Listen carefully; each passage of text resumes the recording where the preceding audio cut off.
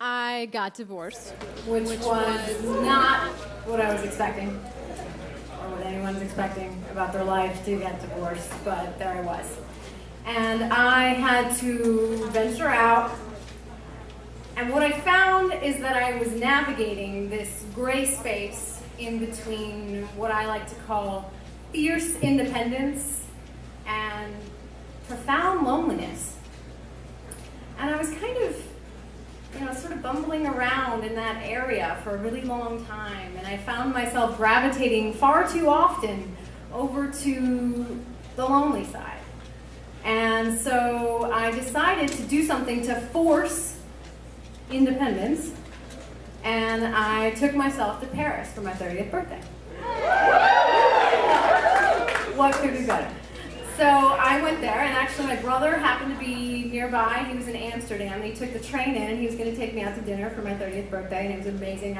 I started getting this image in my mind what that was going to be like, and I'm like, all right, we're going to go to this fabulous French restaurant, we're going to drink wine, we're going to eat stinky cheese, we're going to get drunk, we're going to throw bottles into the gutter, and we're going to have an amazing, bonding, independent, fierce experience, and it was awesome in my mind.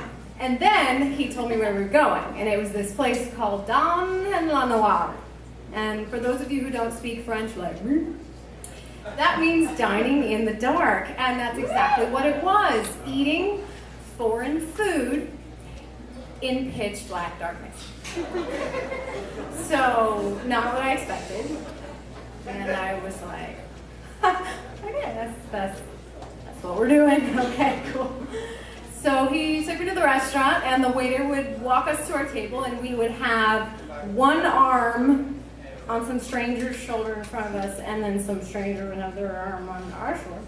And you're walking to your table, like this, and then they set you down, and it was very quiet. Everybody was a little bit nervous at the table, and I started finding myself really worried about really random things. Like I started pushing on the edge of the table and wondering to myself whether or not it was rectangular or circular, if it was a really big round table or just kind of a, small guy. I don't know why I was worried about that.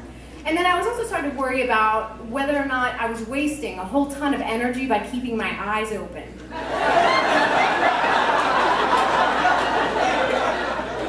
So I went ahead and closed them because that seemed logical. And so I'm sitting there, and I kind of like just poking on the edge of the table, trying to decide what shape it is. And I found a glass of wine in this plastic wine glass. Plastic, that's a good idea.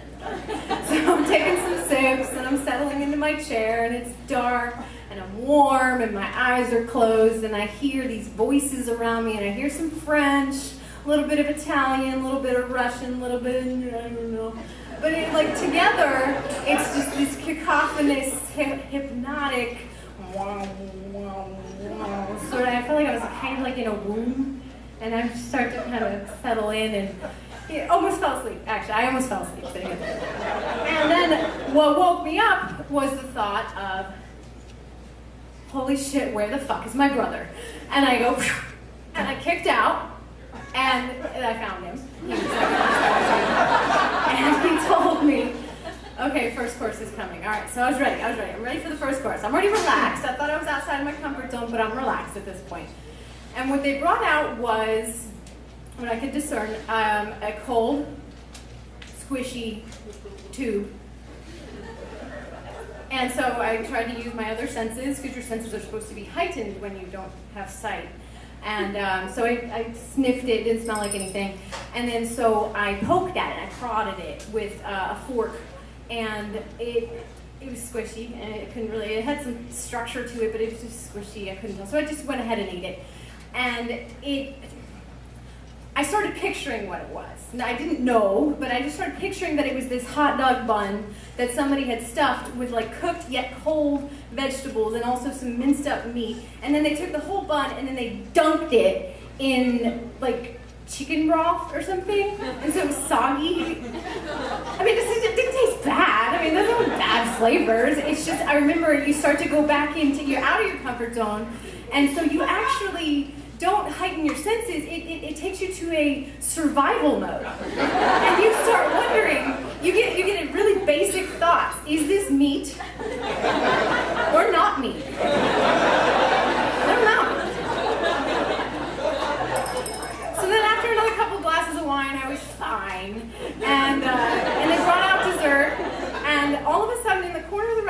somebody started singing Happy Birthday in French. It was to the same tune, but it was in French.